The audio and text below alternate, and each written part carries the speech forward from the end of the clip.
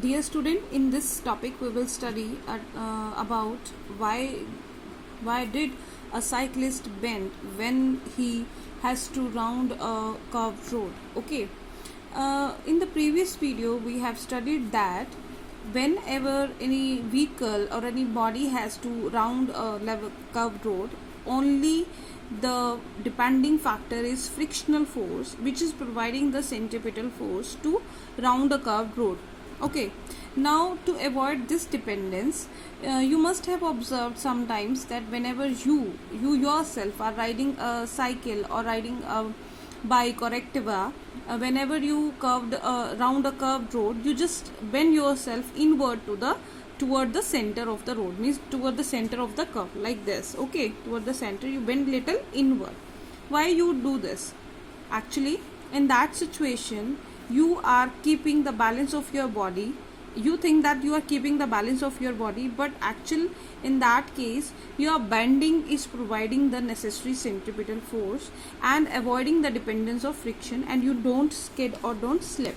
You must have observed this in also, you must have viewed this concept also in television in case of a cyclist race or a scooter race, bike race, in which you must have observed that cyclist or the biker bend much toward the center. Okay, bend inward to avoid the skidding or skipping.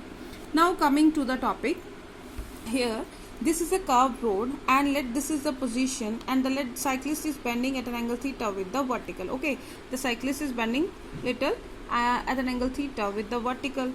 So normal reaction R is resolved in R cos theta component acting vertically upward, R sin theta component is acting in this direction, providing the necessary centripetal force, and weight of the body mg acting downward.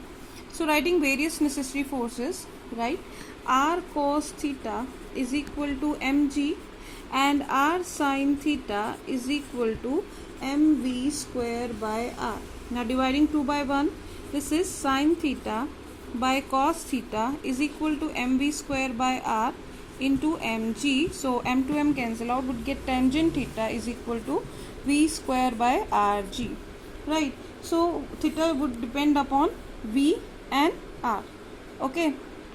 Clearly theta depends upon v and r, and for the safe turn theta should be small, and for theta should be small, since theta is directly proportional to v square, so speed should be small, v should be small and r should be large for the safer turn while bending a cyclist.